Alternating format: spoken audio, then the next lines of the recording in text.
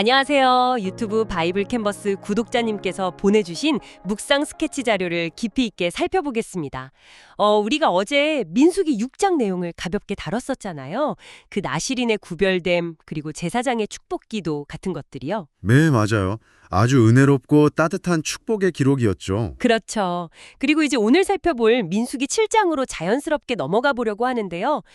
성막 봉헌을 딱 마친 후에 이스라엘 지휘관들이 하나님 앞에 그 아주 풍성한 예물을 드리는 이야기가 길게 이어집니다. 네, 성경에서 손에 꼽힐 정도로 아주 긴 분량을 차지하는 장이죠. 맞습니다. 그래서 오늘 이야기를 본격적으로 시작하기 전에 구독자님들께 이런 질문을 먼저 던져보고 싶어요.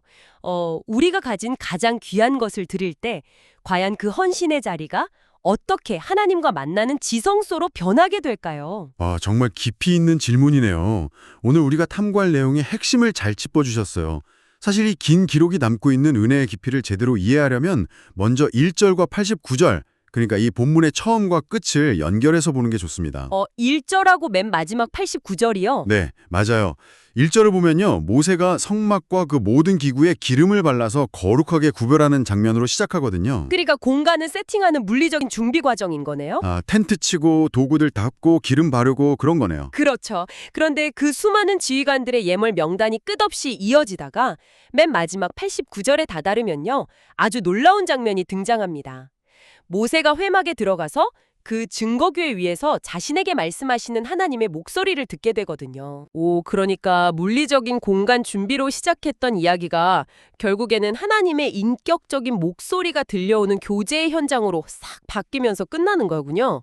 와, 이 구조 자체가 벌써 오늘 이야기의 방향을 말해주는 것 같습니다. 정확합니다. 아주 극적인 전환이죠.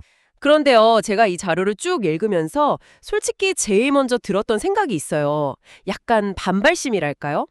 만약에 제가 12명의 친구한테 감사 편지를 똑같이 받았다고 상상해 보는 거죠. 네, 12명에게요. 내용이 토시 하나 안 틀리고 다 똑같아요. 그럼 보통은 친구들이 다 같이 고맙다고 하는구나 하고 그냥 다이어리 하나로 묶어서 요약해 버리잖아요. 그렇죠. 그게 훨씬 효율적이니까요. 네. 그런데 오늘 민수기 7장을 보면 12명의 지휘관이 12일 동안 매일매일 똑같은 양의 예물을 드리거든요.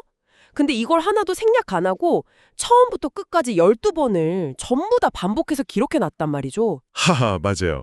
읽다 보면 조금 지루하게 느껴질 수도 있죠. 그러니까요.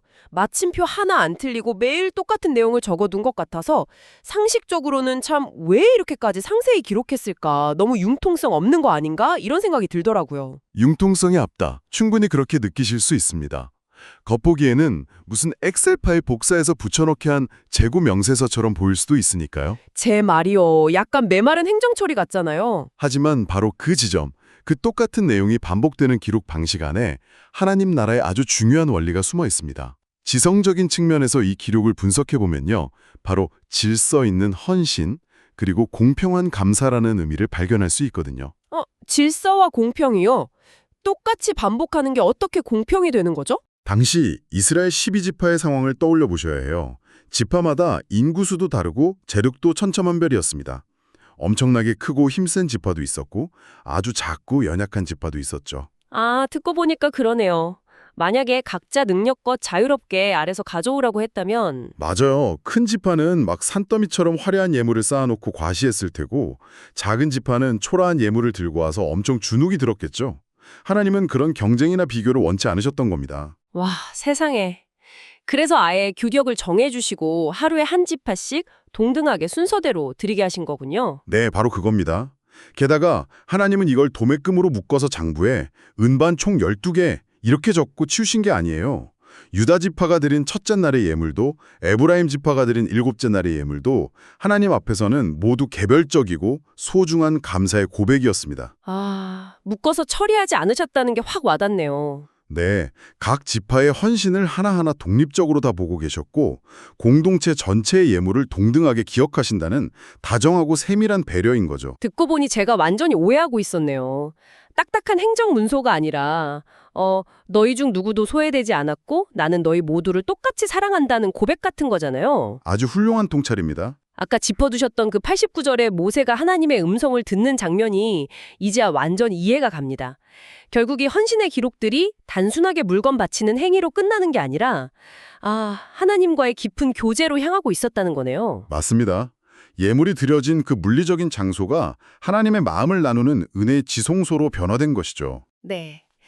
그런데 여기서 제가 꼭 하나 짚고 넘어가고 싶은 게 생겼습니다. 헌신의 궁극적인 목적이 그 교제라면요. 예물을 드리는 사람의 정서, 그러니까 속마음이 진짜 중요한 거잖아요. 당연하죠. 마음의 태도가 모든 것을 결정하니까요. 그런데 현실에서는 우리가 이걸 너무 자주 놓쳐요. 가끔 보면 의무감에 억지로 무언가를 바치거나 아니면 남들에게 보이기 위해서 겉으로만 되게 화려한 예물을 드리거든요. 네, 타인의 시선을 의식하는 경우가 참 많죠. 그러면서 그런 위선적인 태도를 대단한 영성인 것처럼 포장하곤 하죠. 하지만 이런 태도는 참 비판받아 마땅합니다. 진정한 헌신은 그런 메마른 행위나 가짜 영성이 아니지 않습니까? 하나님의 그런 껍데기에 속으실 리도 없고요. 정말 예리하고 정확한 지적이십니다. 그런 가짜 영성은 오히려 하나님과의 교제를 가로막는 장벽이 될 뿐이죠. 오늘 보내주신 자료에서도 진정한 헌신은 나를 받아주신 하나님을 향한 아주 뜨거운 사랑의 반응이라고 설명하고 있어요. 뜨거운 사랑의 반응이요? 네. 사실 인간의 본성이라는 게 내 시간이나 돈을 내어주는 걸 본능적으로 손실이라고 느끼잖아요. 여기서 자료에 인용된 영국의 청교도 신학자 토마스 왓슨의 명언이 아주 깊은 울림을 줍니다. 오, 어떤 명언이죠? 하나님께 드리는 것은 결코 잃어버리는 것이 아니라 가장 안전한 손에 맡기는 것이다. 와, 잠시만요. 결코 잃어버리는 것이 아니라 가장 안전한 손에 맡기는 것이다. 이 문장은 정말 한참을 곱씹게 만드네요.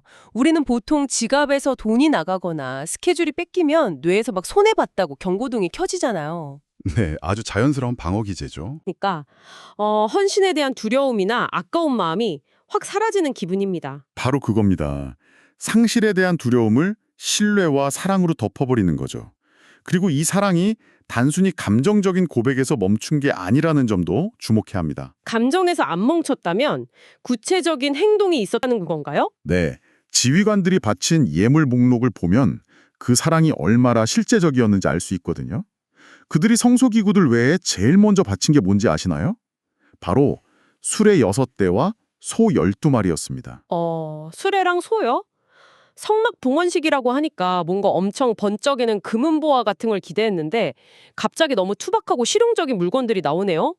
이유가 뭔가요? 당시 이스라엘 백성들의 환경을 상상해 보셔야 합니다. 그들은 지금 거친 모래바람이 부는 광야 한가운데 있었어요. 그리고 이 거대한 성막을 다 분해해서 목적지까지 계속 들고 이동해야 했거든요. 텐트니까 계속 쳤다 걷었다 하면서 옮겨야 했겠네요. 맞아요. 수십 미터짜리 가죽 덮개들, 무거운 은받침들, 거대한 널판들, 이 엄청난 무게를 레위 지파 사람들이 오직 맨몸으로 메고 광야를 걷는다고 상상해 보세요. 와, 세상에. 그건 헌신이 아니라 거의 살인적인 노동이잖아요. 물류대란이 따로 없겠는데요? 그렇죠. 지휘관들은 바로 그 형제들의 무거운 어깨를 본 겁니다. 광야를 통과하기 위해 공동체에 지금 당장 가장 절실하게 필요한 실제적인 해결책을 내놓은 거죠. 화물차 역할을 할 수레와 튼튼한 엔진 역할을 할 소를 준비했던 겁니다. 진짜 폼나는 장식품이 아니라 실질적인 도움을 준 거군요. 누군가 험한 등산을 간다고 할 때 예쁜 유리 장식품을 선물하는 게 아니라 투박하더라도 질긴 등산화를 꽉 묶어주는 거랑 똑같네요. 와, 너무 좋은 비유예요. 맞습니다. 형제들의 짐을 나누어지겠다는 지극히 현실적이고 눈물겨운 사랑의 고백이었던 셈이죠. 하나님은 예물의 화려함보다 바로 이런 중심, 타인을 헤아리는 정서를 보신 겁니다. 진짜 사랑은 뜬구름 잡는 수리가 아니라 수레를 끌고 오는 거네요. 이렇게 보니까 우리 구독자님들의 일상에 이걸 어떻게 적용해야 할지 확 선명해지는데요. 우리 삶 속에서는 구체적으로 어떤 결단을 내려야 할까요? 자료를 바탕으로 두 가지 중요한 결단을 제안하고 싶습니다. 첫 번째는 바로 자원하는 마음으로 최고의 감사를 드리는 거예요. 자원하는 마음이요? 아까 지휘관들처럼요? 네, 남과 비교하거나 인색해하는 마음을 다 버리고 내게 주신 소중한 시간과 재능이 내 소유가 아니라 하나님의 영광을 위한 거룩한 도구라는 걸 인정하는 거죠. 그 자원하는 마음을 담아 가장 정성껏 구별해 드리는 겁니다. 근데 그게 참 말이 쉽지 막상 바쁜 현대인들 삶 속에서는 쉽지 않잖아요. 아침에 일어나자마자 스마트폰 켜면 계속 남들이랑 비교하게 되거든요. 그렇죠. SNS만 봐도 화려한 삶이 넘쳐나니까요. 네, 저 사람은 여유로워서 저렇게 헌신하는데 나는 바쁘고 돈도 없는데 뭘 드리지? 하면서 주눅들기 십상이거든요. 충분히 공감합니다. 하지만 오늘 말씀에 비춰보면 하나님은 내 수레가 남의 수레보다 얼마나 화려한지를 평가하시는 게 아니에요. 아, 그렇겠네요. 공평하게 받으신다고 했으니까. 네, 내게 주어진 이 광야 같은 현실 속에서도 내 몫의 수레를 기꺼이 내어드리려는 그 자발적인 마음 자체를 향기로운 예물로 기쁘게 받으시는 겁니다. 와, 정말 위로가 되는 말씀입니다. 그럼 두 번째 결단은 뭔가요? 두 번째는 주님의 세밀한 음성에 귀를 기울이는 것입니다. 우리는 자꾸 헌신을 무한거를 바쁘게 일하고 성취해내는 것으로만 착각하기 쉬워요. 아, 저도 좀 그런 편이에요. 교회 일도 막 앞장서서 바쁘게 해야 헌신 같거든요. 많은 분들이 그렇게 생각하죠. 그런데 아까 7장의 마지막 89절의 모세를 다시 떠올려 보세요. 모세가 그 분주한 진영 한가운데 서서 일만 하고 있었나요? 아니요. 아까 회막 안으로, 지성소로 들어갔다고 하셨죠. 맞습니다. 200만 명이 넘는 이스라엘 백성들과 수많은 가축들이 뿜어내는 그 엄청난 소음과 먼지를 뒤로 하고 아, 그 시끄러운 곳을 의도적으로 떠나서 조용한 곳으로 들어갔다는 거군요. 혼자 떨어져 있는 조용한 회막 안으로 들어가서 주님의 음성을 듣고 평강을 누렸죠. 우리도 일상 속에서 의도적으로 기도의 자리를 구별해내야 합니다. 내 삶을 적극적으로 내어드리는 헌신과 잠잠히 머물며 주님의 인도하심을 채우는 시간이 완벽한 균형을 이루어야 하거든요. 와, 이건 정말 현대인들에게 너무 필요한 결단이네요. 끊임없이 울리는 카톡 알림, 넘쳐나는 뉴스, 이 압도적인 소음을 차단하고 주님의 음성을 듣기 위해 멈춰서는 시간이 참 귀중하다는 생각이 듭니다. 네, 그 멈춤의 시간이 없다면 우리의 헌신은 결국 길을 잃고 지쳐버리게 될 테니까요. 오늘 나누는 이야기 덕분에 그저 지루해 보이던 긴 예물 명단이 사실은 하나님과의 생생한 교제로 우리를 초청하는 러브레터였다는 걸 확실히 깨달았습니다. 이제 대화를 좀 마무리하면서요. 구독자님들 스스로 고민해 보실 수 있는 작은 질문 하나를 남겨드리고 싶습니다. 네, 아주 좋네요. 구독자님, 오늘 여러분의 일상 속에서 그 수많은 알림 소리와 바쁜 일정들 가운데에 과연 여러분만의 회막은 어디에 있습니까? 오늘 하루 여러분의 삶이 어떻게 하나님께서 기쁘게 받으시는 향기로운 예물이 될 수 있을지 한번 깊이 묵상해 보시기 바랍니다. 정말 좋은 묵상 주제입니다.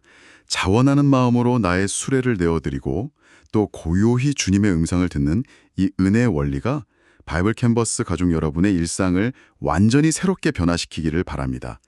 매일의 팍팍한 삶 속에서도 드림의 기쁨과 듣는 은혜가 충만하시기를 진심으로 축복합니다. 자, 대화를 마치기 전에 필수 안내 멘트 하나 드리고 인사 나누겠습니다. 팟캐스트 오디오 파일을 생성하는 과정에서 기술적인 문제로 목소리와 역할이 바뀌거나 발음이 틀린 부분이 있었던 점 구독자님들의 너그러운 양해 부탁드립니다. 네, 오늘도 긴 시간 이 풍성한 탐구에 함께해 주신 여러분 진심으로 감사드립니다. 오늘도 함께해 주신 구독자 여러분 감사합니다. 지성소의 평안이 가득한 하루 보내십시오. 안녕히 계세요.